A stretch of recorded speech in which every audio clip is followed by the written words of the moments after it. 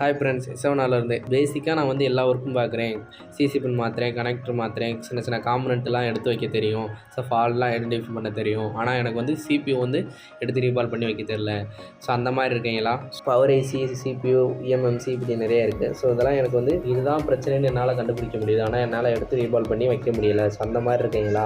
எதுவாக இருந்தாலும் ப்ராப்பராக உங்களுக்கு வந்து எப்படி ரீபால் பண்ணணும், எப்படி ரீபிக்ஸ் பண்ணணும், இந்த மாதிரி நாங்கள் வந்து சொல்லி கொடுத்துட்ருக்கோம். ஸோ பிளாக் பேஸ்ட் ஐசியாக இருக்கட்டும். ஸோ பிளாக் பேஸ்ட் ஐசின்றப்ப நம்ம அது மேலே என்ன இருக்கும், பேஸ்ட் இருக்கும், பேர்லேயும் பேஸ்ட் இருக்கும். அதெல்லாம் எப்படி நீட்டாக க்ளீன் பண்ணணும், எப்படி ரீபால் பண்ணணும், ஸோ அதுக்கப்புறம் அதை எப்படி போய் ப்ராப்பராக வைக்கணும், வச்சதுக்கப்புறம் அது ஆன் ஆகுமா ஆன் ஆகாதான்னு அந்த மாதிரி நிறைய டவுட் இருக்கும். ஸோ அதுக்கெல்லாம் நமக்கு வந்து நம்ம இன்ஸ்டியூட்டில் வந்து தெளிவாக அவங்களுக்கு சொல்லி கொடுத்து நீட்டாக அவங்கள வந்து சக்ஸஸ் பண்ண வைப்போம். உங்களுக்கும் இந்த மாதிரி கற்றுக்கணுமா? நீங்கள் வீடியோக்குள்ளே நம்பர் இருக்குது, அதை கான்டாக்ட் பண்ணி நம்ம S7R இன்ஸ்டியூட்டில் சேர்ந்து நீங்களும் ஐசி ரீபாலிங் வந்து நீங்களும் ப்ராப்பராக கற்றுக்கோங்க. தேங்க்யூ.